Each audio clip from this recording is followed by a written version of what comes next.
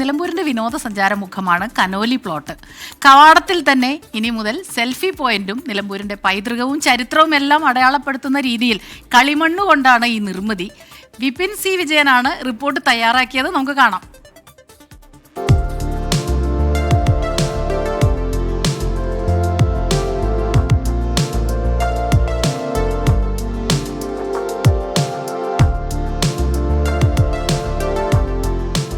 നിലമ്പൂർ ഉപതെരഞ്ഞെടുപ്പ് ഇങ്ങെത്തി. അതിനു മുൻപ് തന്നെ സഞ്ചാരികളുടെ ഒരു ഒഴുക്കുള്ളൊരു സ്ഥലമാണ് നിലമ്പൂർ. ഇനി അങ്ങനെ വരുമ്പോൾ ഇവിടുത്തെ ഏറ്റവും പ്രധാന കേന്ദ്രമാണ് ഈ കനോലി പ്ലോട്ട്. കനോലി പ്ലോട്ടിന് മുൻപിൽ ഇവിടുത്തെ ഈ നിലമ്പൂരിൻ്റെ ഒരു സംസ്കാരവും പൈതൃകവും ഒക്കെ കാണിക്കുന്ന രീതിയിലുള്ള ഒരു നിർമ്മിതി ആയിരിക്കുകയാണ്.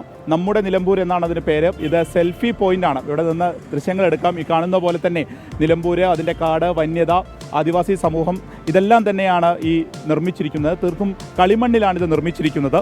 അപ്പോൾ ഇതുണ്ടാക്കിയ ഷെരീഫ് നിലമ്പൂരാണ് ഇപ്പോൾ കൂടെ ചേരുന്നത്. നമസ്കാരം. അപ്പോൾ എങ്ങനെയാണ് ഇത് ഉണ്ടാക്കിയത്? എത്ര ദിവസങ്ങളെടുത്തു? എന്തൊക്കെയാണ് പ്രത്യേകതകൾ? ഇത് കളിമണ്ണാണ്, മീഡിയം.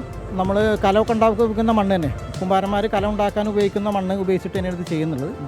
ഇതിനെ ചുടുമൺ ചിത്രം അഥവാ ടെറാക്കോട്ട മ്യൂറൽ എന്ന് പറയും. അതായത് നമ്മളെ കലം ഉണ്ടാക്കുന്ന രീതിയിൽ നിന്ന് ഇതൊരു ടൈൽ രൂപത്തിലാക്കി രൂപീകരിച്ചിട്ടുള്ള ഒരു ആർട്ട് ഫോമാണ്. ഇത് ഞാനൊരു 25 വർഷങ്ങളായിട്ട് ഈ ഒരു ഫീൽഡിലാണ്. ഞാൻ ബേസിക്കലി പഠിച്ച തൊഴിൽ സിവിൽ എഞ്ചിനീയറിംഗ് ആണ്. അതിൽ നിന്ന് ഇതിനോടൊരു ക്രൈസ് തോന്നി. അങ്ങനെ ഈ ഒരു ഫീൽഡിൽ വന്നു. അങ്ങനെ ഇന്ത്യക്കകത്തും പുറത്തും നല്ല കുറച്ച് പ്രൊജക്റ്റുകളൊക്കെ ചെയ്യാൻ പറ്റി.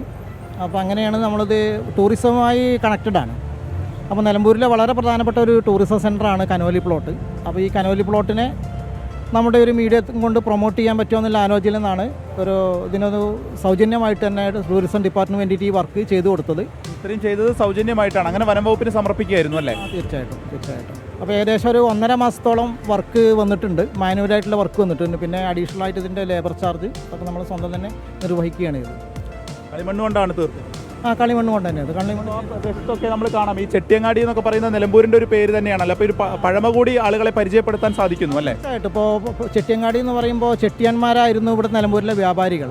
അപ്പോൾ അന്ന് വഴിവാണിഭക്കാരും അതുപോലെ നിലമ്പൂരിനൊരു മാന്ത്രിക പാരമ്പര്യമുണ്ട്. അപ്പോൾ മാന്ത്രികന്മാരും അതുപോലെയുള്ള വ്യാപാരികളൊക്കെ സംഗമിച്ചിരുന്നൊരു സ്ഥലമാണ് ചെട്ടിയങ്ങാടി. അപ്പോൾ അത് നിലമ്പൂരിലെ പഴയ തലമുറയെ സംബന്ധിച്ച് അവരുടെ ഒരു നൊസ്റ്റാൾജിയ ഫീൽ ചെയ്യുന്നതാണ്.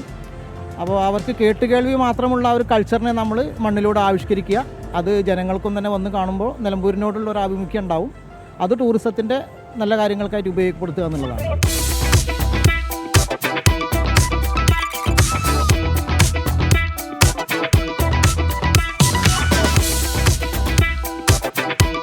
അപ്പോൾ കനോലി പ്ലോട്ടിൻ്റെ മുന്നിൽ ആ ഒരു സെൽഫി പോയിന്റ് വന്നിരിക്കുകയാണ്. അത് വെറും സെൽഫി പോയിന്റ് അല്ല, ഇവിടുത്തെ സംസ്കാരവും എല്ലാം തന്നെ എടുത്ത് കാണിക്കുന്നതാണ്. പഴയ പേരായിട്ടുള്ള ചെട്ടിയങ്ങാടി എന്ന് പറഞ്ഞിട്ടുള്ള ആ ഒരു രീതിക്കും ചുടുമൺ ചുമർ ശില്പമാണ് ഉണ്ടാക്കിയിരിക്കുന്നത്. അർഷക്കിനൊപ്പം വിപിൻ സി വിജയൻ, 24 മലപ്പുറം.